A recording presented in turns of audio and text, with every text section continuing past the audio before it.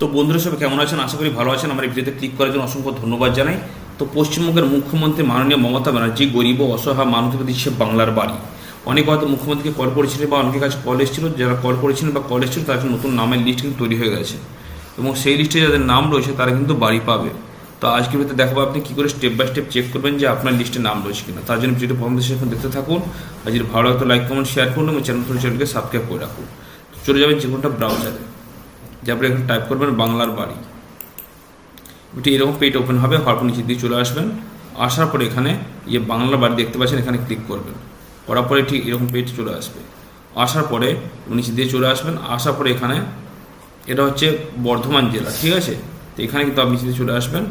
আসার পরে এখানে দেখতেই পাচ্ছেন প্রতিটা ব্লকের নাম রয়েছে। তো আপনার যে ব্লকটা রয়েছে সেটার উপর আপনি ক্লিক করবেন।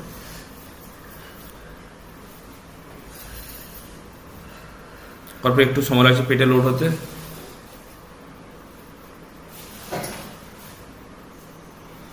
একটু ওয়েট করুন, একটু সময় লাগছে পেজটা লোড হতে।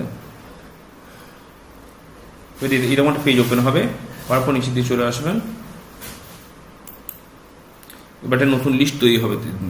নতুন লিস্ট এখানে বেরিয়ে গেছে, দেখতে পাচ্ছেন এখানে এখানে এখানে রেফারেন্স আইডি, গ্রাম panchayat, village, beneficiary name, beneficiary father's name, eligibility সব কিছু এখানে রয়েছে। তো এগুলো তো আপনি চেক করে দেখে নিতে পারেন যে আপনার নাম রয়েছে কিনা। তো আমি এগুলো সিকিউরিটি রিজনের কারণে হাইড করে রেখেছি। তো আপনি এগুলো চেক করে দেখে নিতে পারেন। অনেক নাম রয়েছে, এখান থেকে আপনার নাম রয়েছে, এখানে আপনার নাম থাকে তো আপনাদের টাকা পাবেন। তো ভিডিওটি কেমন হলো কমেন্টে জানাতে ভুলবেন না। ভালো থাকবেন, সুস্থ থাকবেন।